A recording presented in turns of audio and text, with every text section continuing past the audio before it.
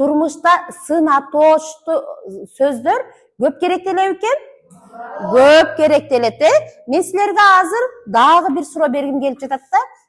Азыркы учурда кандай кесиптерди билесиңер? Зейнеп? Азыркы учурдагы кесиптер архитектура, блогерлер, ютуберлер, ютубду жакшы эмне кылгандар, билгендер. Азамат, дагы ким айтат? Эвелина. Ашпозчу. Ырчылар. Дагы? Нурбек.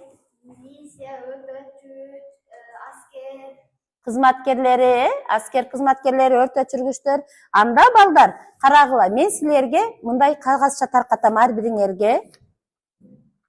Мына ушул кагаздардыга менин каарманым деген темада эмне кыласыңар? Чакан текст түзүп баштайсыңар. Балдар, досканы карайбыз. Менин каарманым деген темада чакан өзүңөр идеал туткан, же болбосо кумир туткан адамыңарды сыпаттап жазасыңар, сын атоошторду катыштырып. 3 мүнөт убакыт берем, анда баштадык.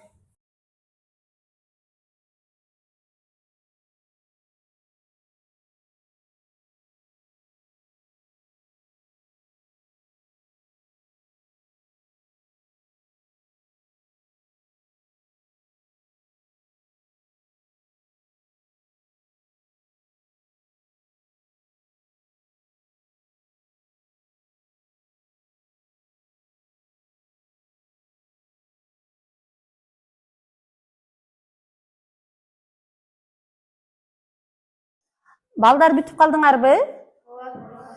Эми жазган кагазды дептериңерге клей аркылуу жабыштырабыз.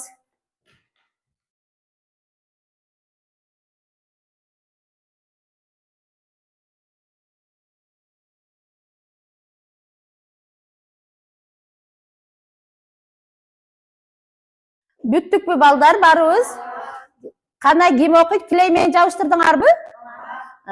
Ким окуйт? Барыбыз бүттүппүз, Азаматта. Нурсейит окучу, бүгүнкү сабакта катыша элек, Менин идеал туткан адамым Ильяс Аяшатов. Ал милиционер. Анын токтоолугу, эктүүлүгү тайманбастыкка жагат. Азамат, анын эмне кандай сапаты жагат экен? Токтоолугу, эрктүүлүгү, тайманбастыгы жагат. Ильяс Аяшатов кайсыл жерде жашайт? Кочкор Атада жашайбы? Азамат, демек, Аяш атасын идеал туткан адамы катары эмне кылат экен? Сыпаттай алды, Балдар, карагыла эми. Демек, текст түзүүнү үйрөндүк, балдар, сын атоошторду катыштырып. Анда мен силерге мен кандай затмын деген оюнун ойноткум келип жатат да. Доскага бир окуучу чыкса, кимди чыгарсак? Руслан, кел Руслан. Мен